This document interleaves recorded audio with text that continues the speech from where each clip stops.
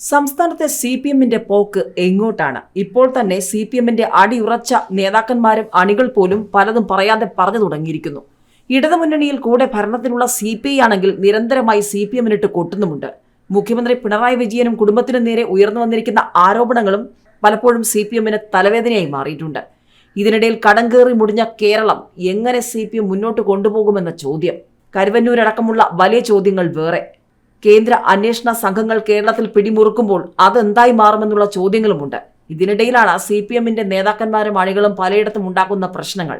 ഇതിനിടയിൽ CPM ലോക്സഭാ തെരഞ്ഞെടുപ്പിൽ തറ പറ്റിയാൽ, വട്ടപൂജ്യമായാൽ അടുത്തതിന് എവിടെ പിടിക്കുമെന്നുള്ള ചോദ്യത്തിലാണ്. ഇതിനുള്ള ഉത്തരമായാണ് പുതിയ വിഭജന തന്ത്രവുമായി CPM വരുന്നത് എന്നാണ് റിപ്പോർട്ടുകൾ. 2026-ലും ഭരണം ലക്ഷ്യമിട്ടിരിക്കുകയാണ് CPM.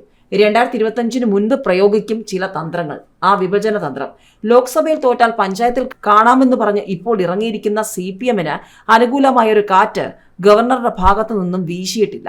ഏതായാലും വാർഡ് വിഭജനവുമായി ബന്ധപ്പെട്ട് തൽക്കാലം ഗവർണർ കടക്കുപുറത്ത് പറഞ്ഞിരിക്കുകയാണ്.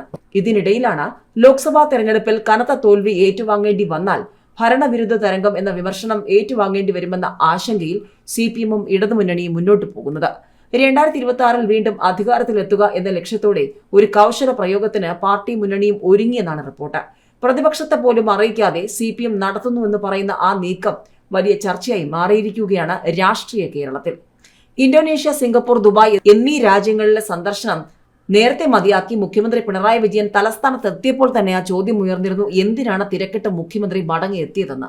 തൊട്ടടുത്ത ദിവസം മുഖ്യമന്ത്രിയുടെ അധ്യക്ഷതയിൽ ചേർന്ന പ്രത്യേക മന്ത്രിസഭാ യോഗം സുപ്രധാനമായ 2 ഓർഡിനൻസുകൾക്കാണ് അംഗീകാരം നൽകിയത്.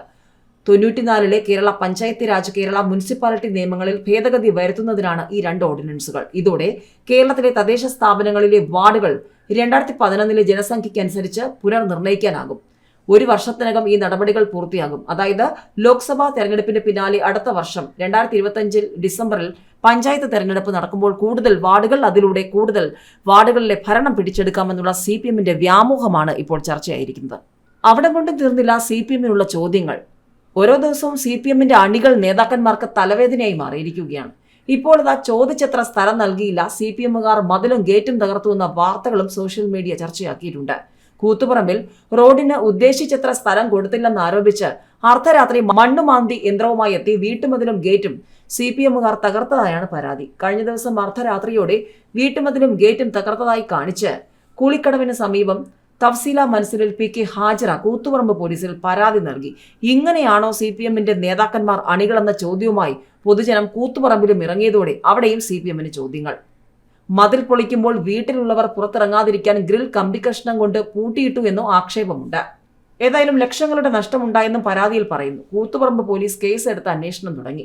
മട്ടന്നൂരും കൂത്തുപറമ്പും ഒക്കെ പാർട്ടിയുടെ ശക്തി കേന്ദ്രങ്ങളാണ്. അവിടെ പാർട്ടിക്ക് വലിയ ചോദ്യങ്ങൾ ഉയർന്നു വരുമ്പോൾ വരും ദിവസങ്ങളിൽ വാർഡ് വിഭജനമല്ല എന്തൊക്കെ കൊണ്ടുവന്നാലും CPM നിലം തൊടില്ല എന്നാണ് പ്രതിപക്ഷവും മാധ്യമങ്ങളും സോഷ്യൽ മീഡിയയും ഒരു വശത്ത് ഉയർത്തുന്ന വിമർശനം, പരിഹാസം.